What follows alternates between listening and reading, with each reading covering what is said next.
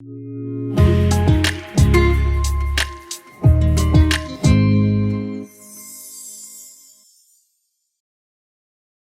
ce matin, on continue notre série dévoilement sur les 7 églises de l'Apocalypse. On regarde le dévoilement de Jésus, Jésus dans toute sa gloire après sa résurrection. Ce Jésus avec qui on va passer toute l'éternité.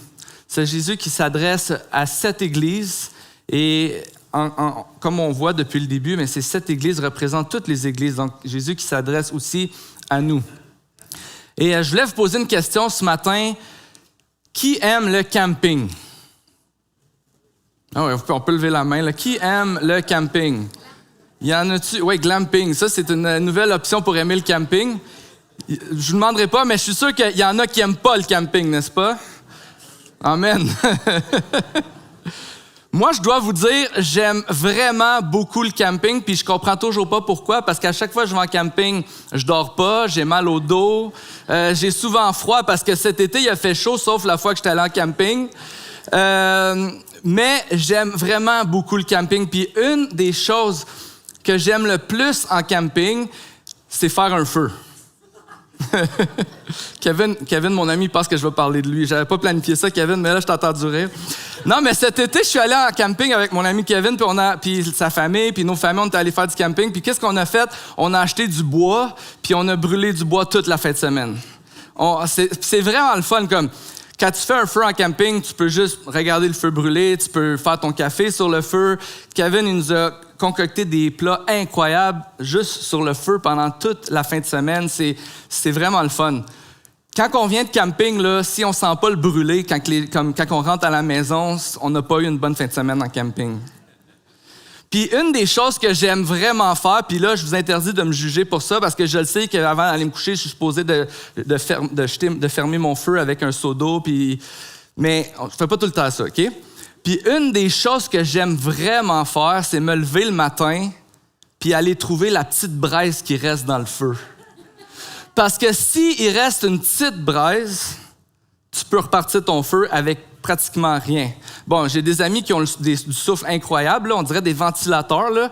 Mais moi, je sais pas si vous avez déjà vu ça, mais tu sais, la petite braise qui est là, il y a plein de cendres autour, tu souffles là-dedans, tu as plein de cendres d'en face ou tu goroges la cendre sur tout le monde. Mais si tu réussis à allumer cette braise-là, tu peux faire un feu incroyable. Puis après ça, pour le reste de la journée, tu peux encore brûler du bois, t'amuser à regarder le feu, faire des plats incroyables, puis faire ça toute la journée, puis avoir du plaisir.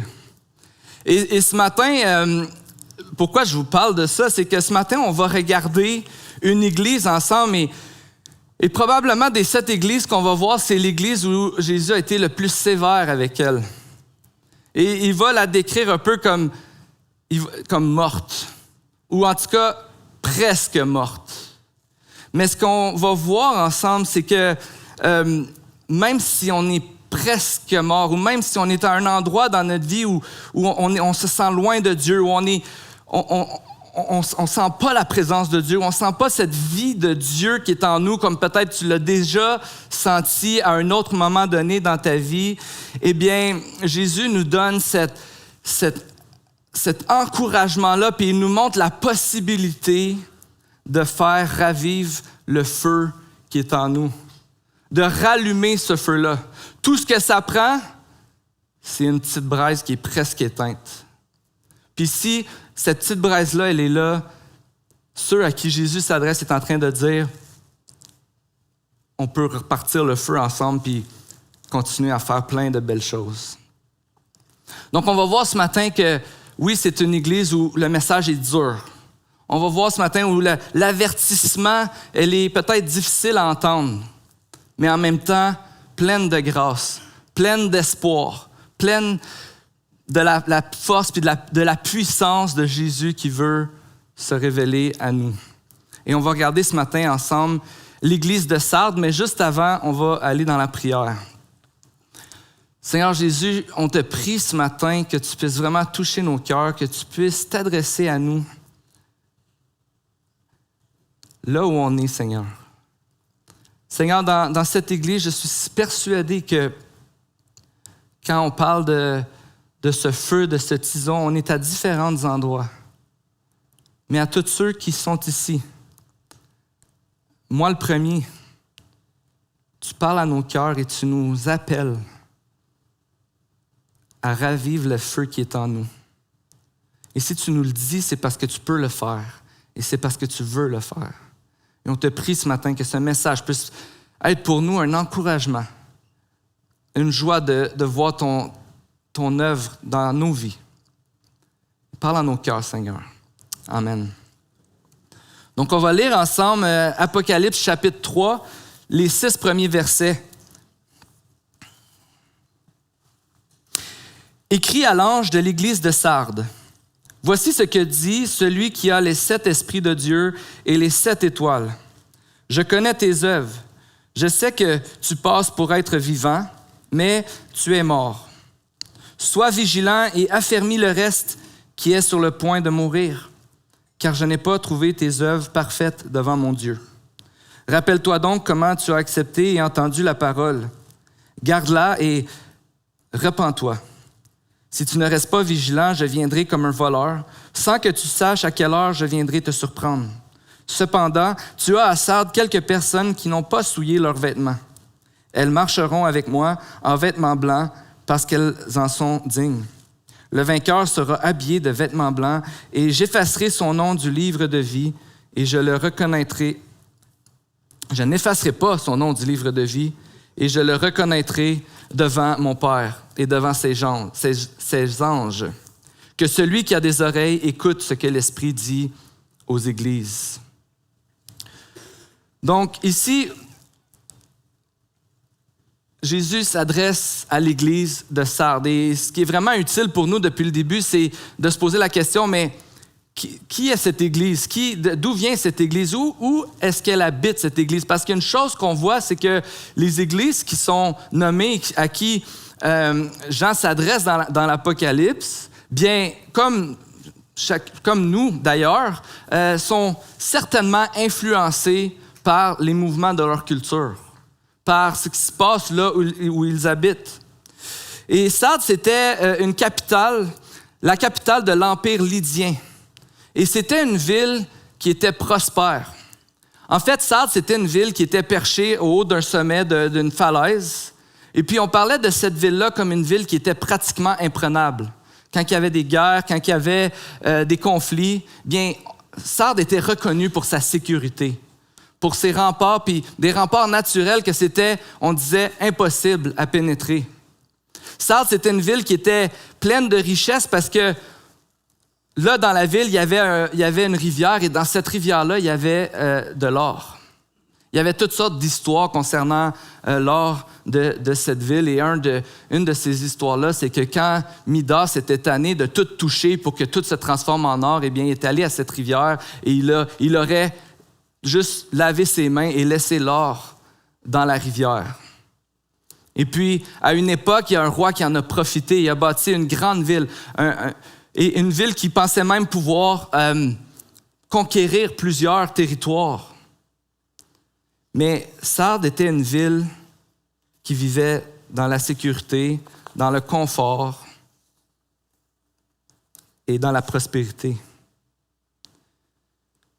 Il y avait même une expression grecque qui disait, quand on disait « tu as pris Sardes », mais c'était comme si on disait « tu as réalisé l'impossible ». Et pour l'Église, c'était un peu cette idée-là. Pas besoin de veiller, on est en sécurité. Les chrétiens avaient la même pensée. On est fort, Jésus est avec nous, on est en sécurité, tout va bien. Vous savez, il y a un proverbe qui dit, le proverbe 16-18, qui dit « L'arrogance précède la ruine et l'orgueil précède la chute. » L'arrogance et l'orgueil sous la forme de « je peux très bien y arriver sans Dieu et je sais ce qui est meilleur pour moi, mais Dieu ne le sait pas. » Peu à peu, cette Église qui autrefois était vivante, parce qu'on le dit, tu as cette réputation, ton nom est... Tu as cette réputation d'être à moi, d'être une... il dit, si voici ce que... Pardon. Je sais que tu passes pour être vivant. Tu as cette réputation d'être vivante. C'est ce que les gens pensent de toi. C'est ce que les autres églises autour pensent de toi. Mais moi, je te dis, tu es morte. Donc, cette ville qui, un jour, probablement, était une ville vivante, une église, vivante, une église qui était vivante pour son témoignage, pour l'Évangile, pour Jésus, peu à peu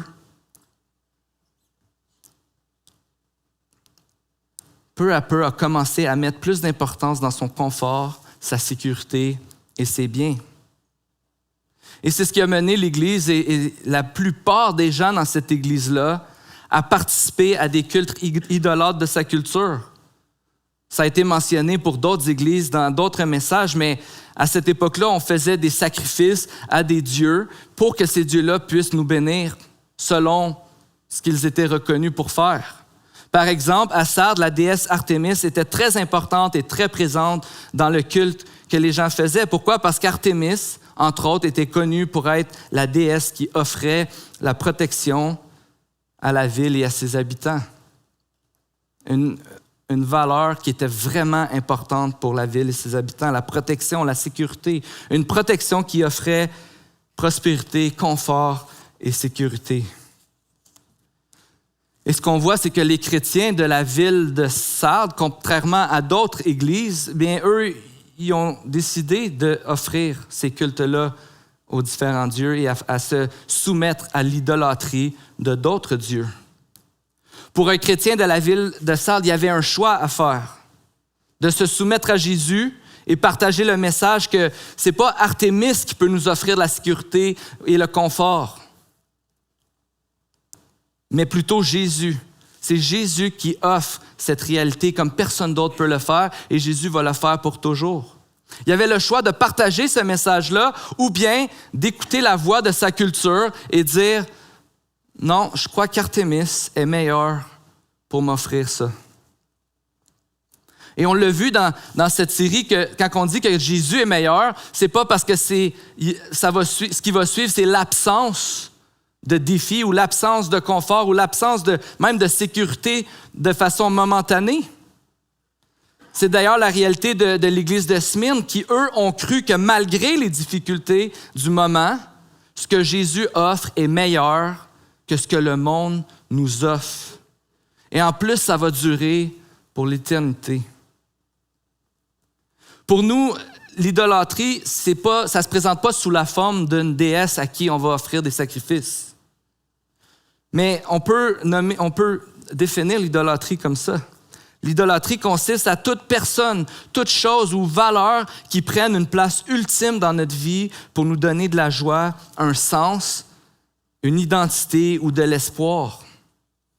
Donc, toutes ces choses qui prennent la place de Dieu pour nous offrir ce que notre cœur désire le plus profondément. Le confort, la sécurité, la prospérité. D'ailleurs, ce n'est pas des choses qui sont mauvaises. Et bien souvent, l'idolâtrie se présente sous une bonne chose qui devient une chose ultime. En anglais, on dit « a good thing », une bonne chose, qui devient « a God thing », qui prend la place de Dieu. Voici une définition de l'idolâtrie. Jésus n'a jamais dit que l'argent était mauvais. Mais Jésus a dit, l'amour de l'argent, c'est la racine de tous les mâles. L'amour du confort, l'amour de la sécurité, l'amour de la richesse à un point tel que si je perds ces choses-là, eh bien ma vie n'a plus de sens. C'est de cette manière-là qu'il faut voir l'idolâtrie dans nos vies. Et c'est important d'être conscient de ces choses-là dans nos vies parce que on sait qu'elles sont présentes. On en a même besoin pour avancer, pour vivre. C'est des bonnes choses qu'on recherche, que notre cœur recherche, mais quand elles deviennent des choses ultimes, elles ont ce potentiel de nous éloigner, d'éteindre à petit feu le feu qu'on a pour notre Seigneur. Parce que tout d'un coup, ces choses-là deviennent importantes et ont de la valeur et elles fonctionnent mieux que ce que Jésus fait dans nos vies. C'est ce qu'on arrive à croire. On arrive à croire ce mensonge. Ces choses qu'on poursuit avec tellement de passion. Tranquillement, on devient animé par ces choses. On ne se voit pas vivre sans elles. On a peur de les perdre. Et le résultat, c'est qu'on devient des bons évangélistes ou des bons témoins de ces choses parce qu'on croit que c'est ces choses-là qui nous donnent la vie, la joie et l'espoir qu'on recherche. Comme chrétiens, notre amour pour Jésus a tendance à diminuer peu à peu. Notre témoignage pour Jésus diminue. Et c'est ce qui s'est passé à Sardes. C'est cet avertissement-là que Jésus leur donne. Ce feu que tu avais pour Jésus, c'est plus qu'un tison. Et même pour certains d'entre vous, vous avez prouvé que vous étiez morts, vous n'étiez même pas vivants. C'est ce qu'il dit pour cette Église. Un tison dans un tas de cendres qui est sur le point de mourir. C.S. Lewis a écrit ce livre qui s'appelle Les lettres de Screwtape. Et ça, c'est des lettres qu'il a écrites. C'est un démon expérimenté qui enseigne un apprenti démon comment tenter les chrétiens pour que les chrétiens s'éloignent de Dieu. C'est quand même intéressant et bizarre à lire. Des fois, ça fait qu'on dit comme « Ah oui, c'est vrai, c'est un démon qui parle ». Mais dans ses lettres, il va dire à son apprenti, Wormwood, il va expliquer que la meilleure manière de séduire un chrétien n'est pas toujours par des tentations directes ou dramatiques, mais souvent par l'inaction et l'oubli subtil. Ne pas troubler un chrétien endormi. Screwtape suggère que quand un chrétien est à moitié endormi ou distrait par quelque chose d'autre qui fait son affaire, qui fait son bonheur, il vaut mieux le laisser tranquille, plutôt que de le réveiller brusquement avec des pensées de peur ou de doute. L'idée est que la routine, l'habitude, l'ennui spirituel peuvent être de puissants moyens de le détourner de Dieu.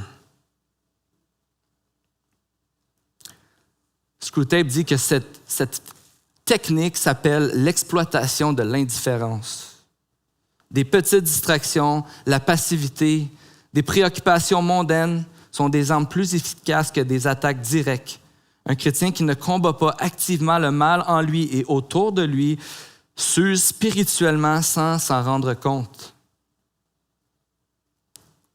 Donc, c'est ce qui se passe avec l'idolâtrie dans nos vies. C'est d'ailleurs pour cette raison que Jésus va dire « Tu passes pour être vivant, ta réputation, mais en réalité, c'est juste un nom, chrétien, vivant, parce qu'en réalité, tu es mort. » Ton allégeance pour la plupart d'entre vous dans cette Église n'était plus à Jésus. C'est l'avertissement le plus sévère des 7 Églises. Habituellement, quand Jésus dit « Je vois tes œuvres », c'est les fleurs avant de lancer le pot. Je vois tes œuvres, voici les fleurs, maintenant voici ce que j'ai contre toi, le pot. Mais là, Jésus, il prend le pot puis il lance le pot directement. Je vois tes œuvres. Et quand je regarde tes œuvres, tu es mort. Tu es en train de mourir. Probablement que notre vie ressemble plus à une lutte. Et ça, c'est vraiment important. C'est ce qu'on va voir ce matin.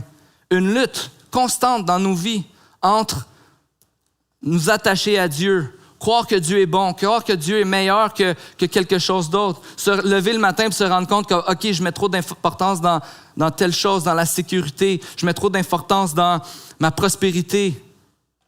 Je te demande pardon, Seigneur. Et et on va voir ce matin comment on peut attiser ce feu, comment on peut ranimer ce feu ou garder ce feu allumé.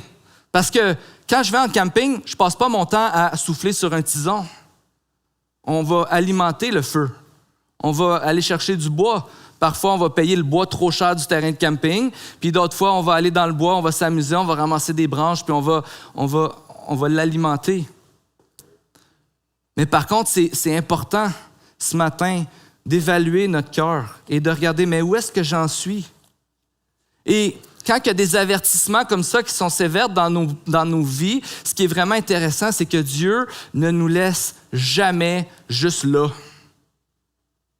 Genre, je t'écris ça pour que tu te sentes mal, puis je m'en vais prendre une marche. Tu te sens encore mal? C'est pas ça qu'il veut faire avec nous.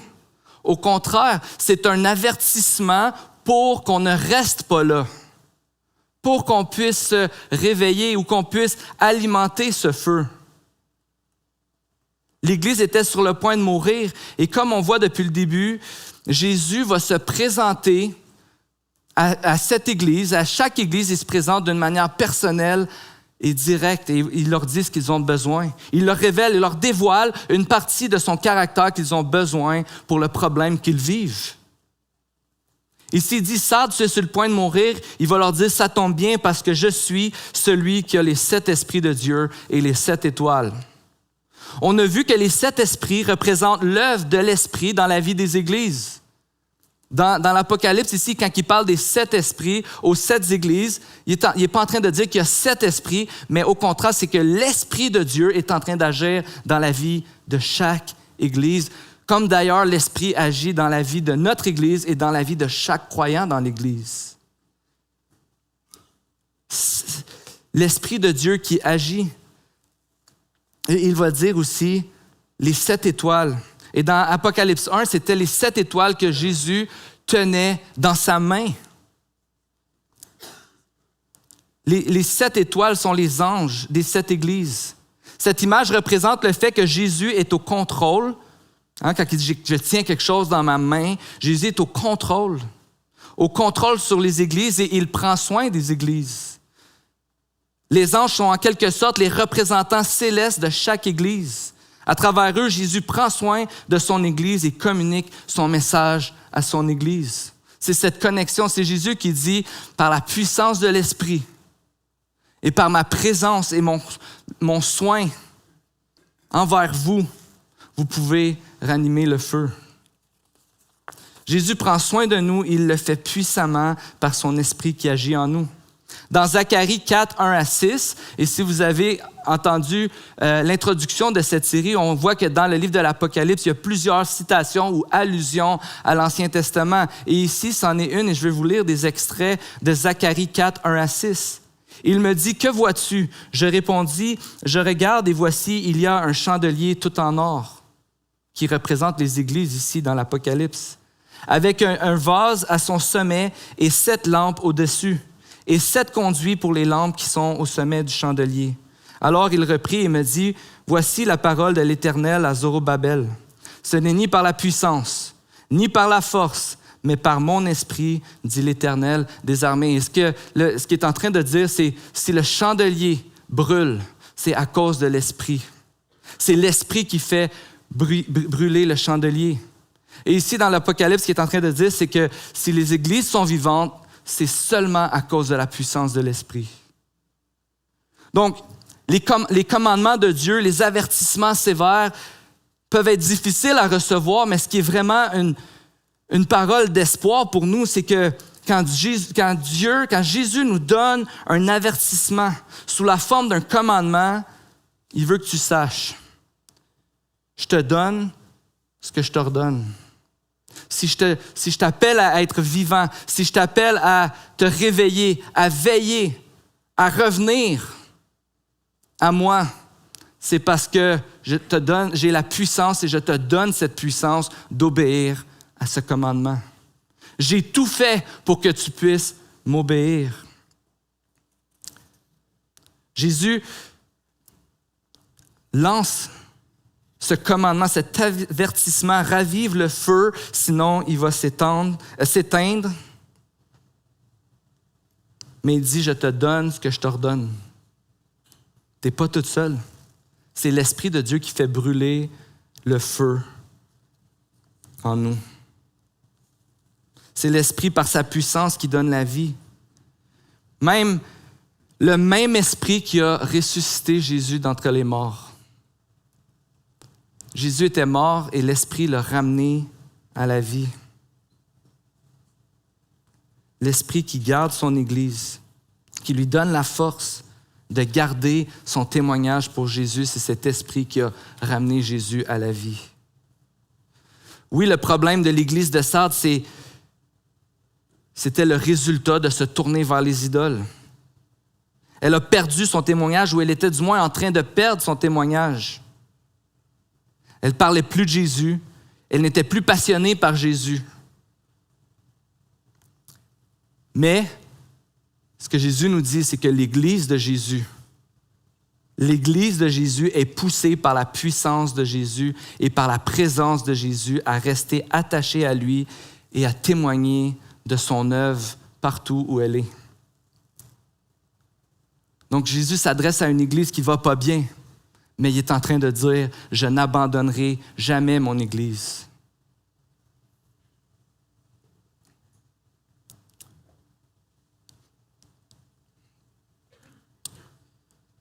Quand on parle de ce témoignage pour Jésus, mais c'est cet appel à être poussé par la passion de Jésus, à parler de Jésus. Et souvent, comme chrétien, et je vous confesse que ces choses-là que je vais vous dire, c'est des choses que moi-même je pense ou que je vis parfois. On pense à parler de Jésus ou à témoigner de Jésus, et bien souvent, c'est des pensées comme « Mais pourquoi ça me met mal à l'aise de parler de Jésus? » Quand je regarde autour de moi, je vois les gens parler de Jésus, puis il me semble qu'il n'y a pas beaucoup de personnes qui connaissent Jésus. Est-ce qu'il y a vraiment une puissance autour de ça? Est-ce que Jésus est vraiment en train d'agir? Pourquoi est-ce que je me sens mal à l'aise? Peut-être que tu dis, mais pourquoi est-ce que j'aime pas ça? J'ai de la difficulté, j'ai l'impression que je dérange les gens. Pourquoi est-ce que je me sens coupable de ne pas assez le faire ou de ne pas être passionné pour le faire? Notre témoignage ou notre manque de témoignage de la personne, de l'œuvre de Jésus, c'est pas en premier parce qu'on n'est pas bon pour le faire ou qu'on n'est pas bon pour dire le message. Ça, on peut faire des choses pour ça. On peut s'améliorer, on peut travailler là-dessus, on peut être formé pour le faire. Mais bien souvent, ça débute par ce qu'on vient de voir.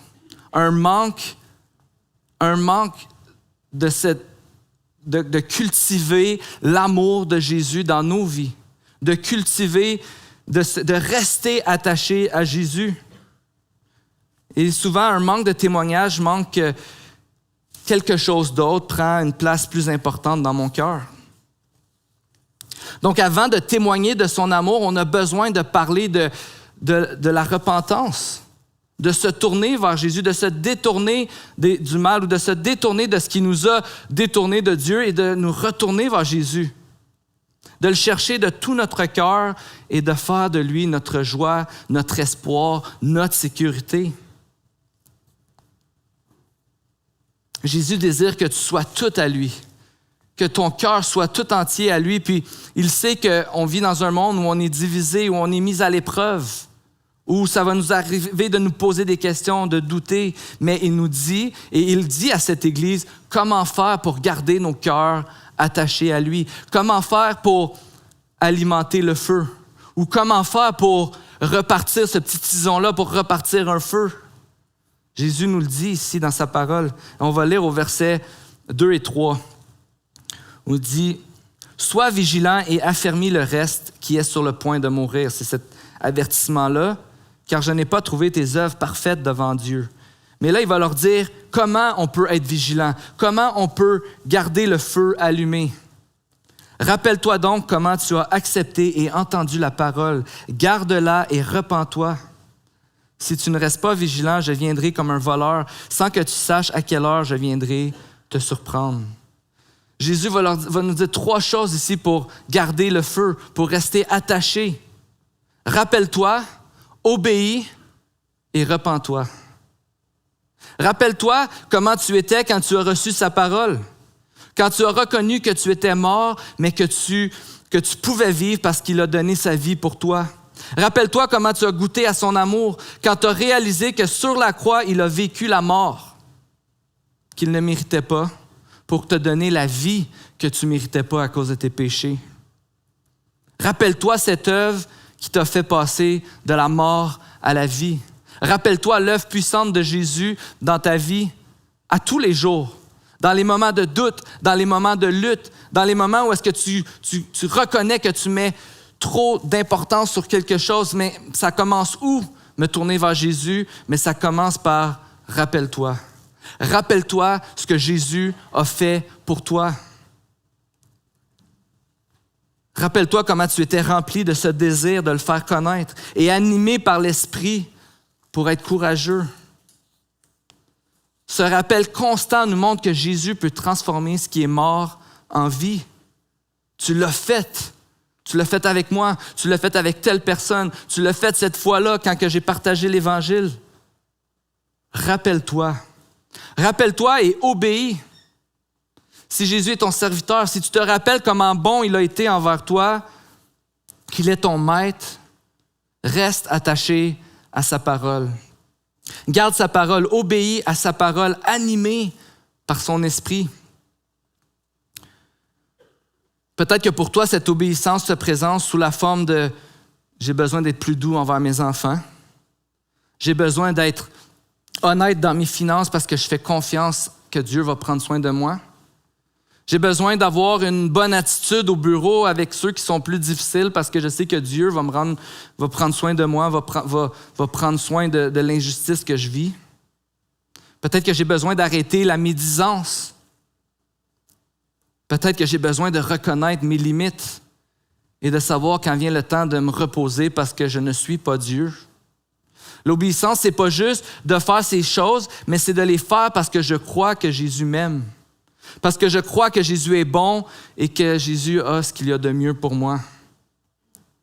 Plus je me rappelle l'amour puissant de Dieu, plus j'obéis avec joie et plus mon témoignage et mon désir de témoigner de son amour augmente. C'est le premier besoin qu'on a besoin de faire.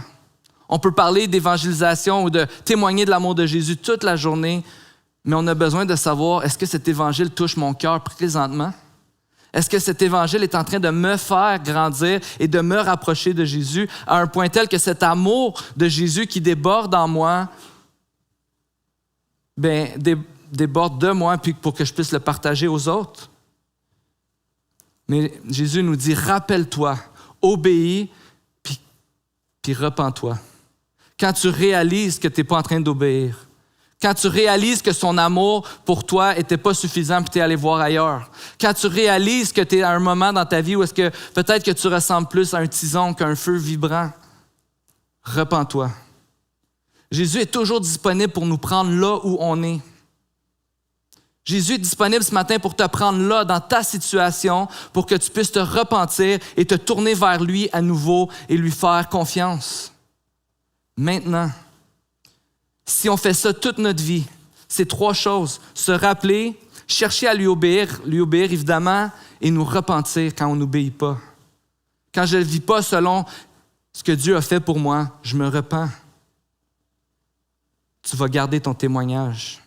Et c'est dans cette disposition qu'on est le mieux placé pour témoigner de Jésus. Pourquoi? Parce qu'on reconnaît dans ce moment-là que Dieu n'utilise pas des personnes parfaites, mais des personnes disponibles.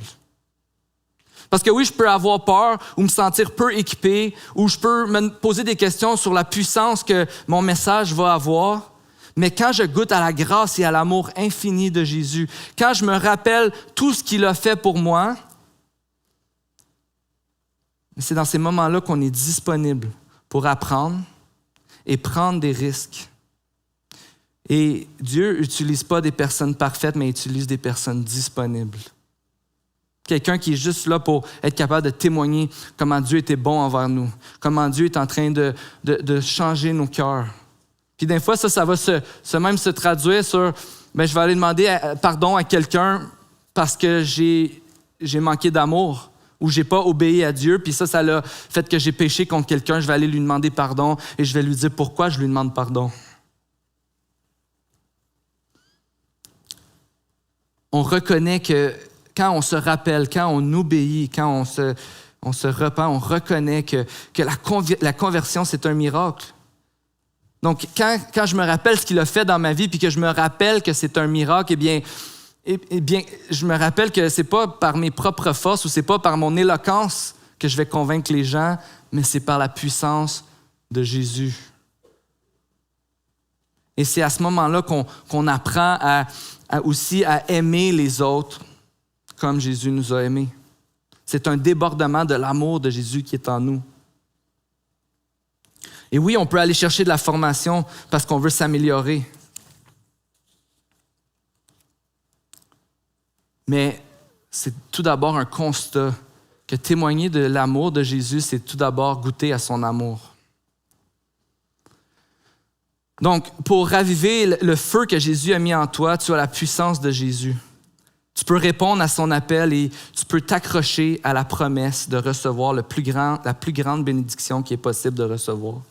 Et je veux vous lire les versets 4 et 5. « Cependant, tu as à Sardes quelques personnes qui n'ont pas souillé leurs vêtements. Elles marcheront avec moi en vêtements blancs parce qu'elles en sont dignes. Le vainqueur sera habillé de vêtements blancs. Je n'effacerai pas son nom du livre de vie et je le reconnaîtrai devant mon Père et devant ses anges. » Ici, on reçoit la bénédiction, la récompense de marcher, de s'attacher à Jésus, c'est qu'on va marcher avec Jésus pour toujours. On va être dans la présence de Jésus pour toujours. Quand on croit que Jésus est ce qu'il y a de meilleur pour nous et qu'on goûte à son amour, eh bien, Jésus nous dit, mais tu vas goûter à ça pour toujours. Et ici, les vêtements blancs, c'est cette belle image de victoire. À l'époque grecque, quand il y avait des jeux qui ressemblaient par exemple aux Jeux olympiques ou ces choses-là, les athlètes qui compétitionnaient toutes nus. Je ne sais pas si vous avez déjà entendu ça dans vos livres d'histoire, dans vos cours d'histoire, mais les athlètes compétitionnaient toutes nus et le vainqueur était revêtu d'une robe blanche.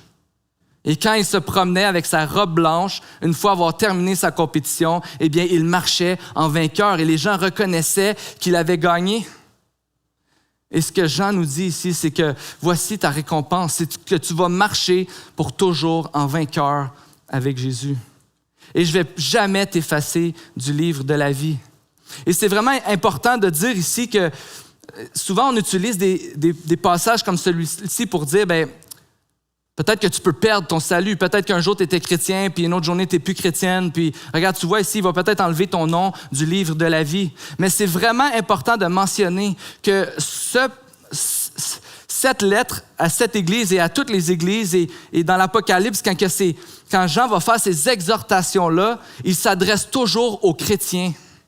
Puis, il n'est pas en train de dire « je vais enlever ton nom du livre de vie ». Il dit « je ne vais pas enlever ton nom du livre de vie ».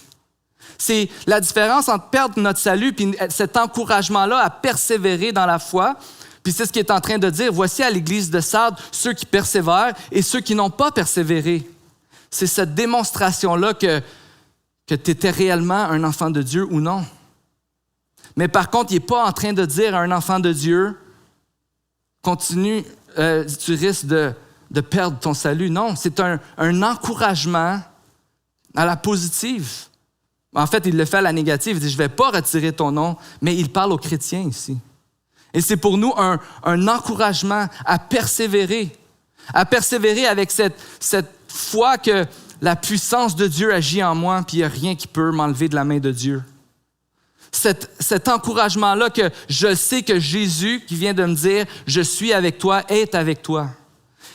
Jésus a donné sa vie pour toi, pour que tu n'aies pas à mourir, mais que tu puisses vivre dans la victoire et marcher avec lui pour toujours. Et si tu crois ça, tu es un enfant de Dieu. Si tu es un enfant de Dieu, persévère. Et si tu persévères, tu vas vivre en vainqueur pour le restant de ta vie. Et je vais demander aux musiciens de se joindre à moi. Et ce qui est vraiment formidable, c'est que l'Église de Sardes nous montre que tous n'ont pas persévéré, effectivement, dans l'Église. Certains sont morts. Est-ce qu'ils vont se repentir puis donner leur vie au Seigneur? L'histoire ne nous le dit pas, puis on l'espère que c'est ce qui s'est passé, puis c'est ce que je prie pour chacun d'entre nous ici. Mais le passage finit quand même en disant que tous ceux qui ont des oreilles pour entendre, écoutent. Tous ceux, que celui qui a des oreilles écoute ce que l'Esprit dit aux églises. Tous ceux qui ont des oreilles écoutent. Toutes les personnes qui peuvent entendre, peuvent écouter, peuvent répondre à l'appel de la persévérance. Et ce que cette Église nous apprend ce matin, c'est que peu importe la force du feu, Jésus est assez puissant pour allumer cette flamme en toi. Et c'est ce que je veux prier pour chacun d'entre nous ce matin. On va prier ensemble. Seigneur Jésus, je veux venir devant toi ce matin et te remercier pour ta parole. Je te prie, Seigneur Jésus, que tu puisses vraiment toucher nos cœurs ce matin. S'il y a quelqu'un qui est ici ce matin puis qu'il entend pour la première fois de sa vie qu'il peut être réconcilié avec toi, qu'il entend cette exhortation à d'allumer ce feu, je te prie, Seigneur, que tu puisses remplir cette personne de joie en sachant qu'elle t'appartient, en sachant que tu t'es révélé à elle et que tu veux vraiment qu'elle puisse te donner sa vie. Si quelqu'un est ici ce matin, puis cette personne-là reconnaît que le tison qui brûle pas fort, c'est elle, bien, je te prie, Seigneur, que tu puisses l'amener à la repentance pour qu'elle puisse se tourner vers toi, s'attacher à toi et que tu puisses faire un renouveau dans sa vie. Je te prie pour chaque personne qui sont ici, Seigneur, pour que tu puisses, là où on est dans notre vie en ce moment, que tu puisses alimenter le feu. Qu'on puisse se rappeler ce que tu as fait pour nous, qu'on puisse se rappeler ta puissance dans nos vies, qu'on puisse se rappeler la disponibilité de la repentance. Je te prie, Seigneur Jésus, que tu puisses vraiment faire cette œuvre puissante en nous et qu'on puisse se réjouir et qu'on puisse persévérer et qu'on puisse, Seigneur, avec espérance, regarder ce jour où on va marcher avec toi et que ça puisse être une joie profonde dans notre cœur. C'est dans ton nom qu'on te prie, Jésus. Amen.